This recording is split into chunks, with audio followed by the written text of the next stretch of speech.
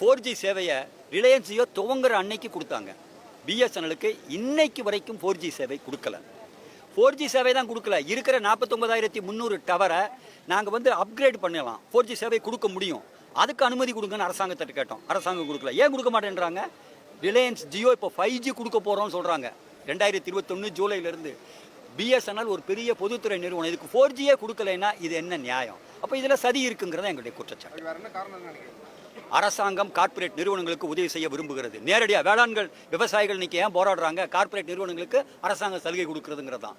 அதே போல இந்தியாவில் இருக்கக்கூடிய பொதுத்துறை நிறுவனங்களுக்கும் அரசாங்கம் கார்ப்பரேட் நிறுவனங்களுக்கு சலுகை கொடுக்கிறது.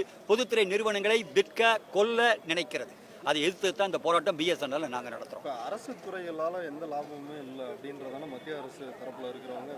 நான் ஒன்று சொல்கிறேங்க, நீங்கள் தயவுசெய்து Bharat petroleum corporation limited BPCL balance sheet எடுத்து பாருங்கள். ஆண்டுதோறும் லாபத்தில் இருக்கிறது. அதோட சொத்து மதிப்பு 9 லட்சம் கோடி. அதை 74,000 கோடிக்கு விற்கிறாங்க. இது என்ன நியாயம்? லாபத்தில் இருக்குல்ல. எல்ஐசி கணக்கு எடுத்து பாருங்கள். 5 கோடியில் ஆரம்பிச்சது, பல லட்சம் கோடி சொத்து. ஆண்டுதோறும் அவங்க டிவிடெண்டாக மட்டுமே 35,000 கோடி கொடுத்துட்டு இருக்கிறாங்க.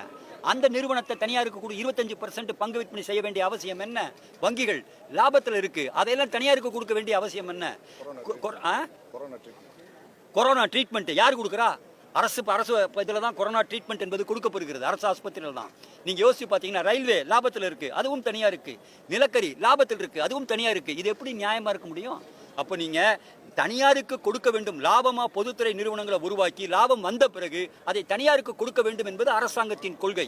அதை எதிர்த்து தான் நவம்பர் 26ஆம் தேதி நாடு முழுவதும் 25 கோடி பேருக்கு மேலே வேலைநிறுத்தம் செஞ்சிருக்கிறோம், அரசாங்கத்தின் கொள்கை எதிர்த்து. அதே தினத்திலிருந்து தான் இன்று வரை வேளாண் விவசாயிகள் தொடர்ந்து போராடி கொண்டிருக்கிறார்கள்.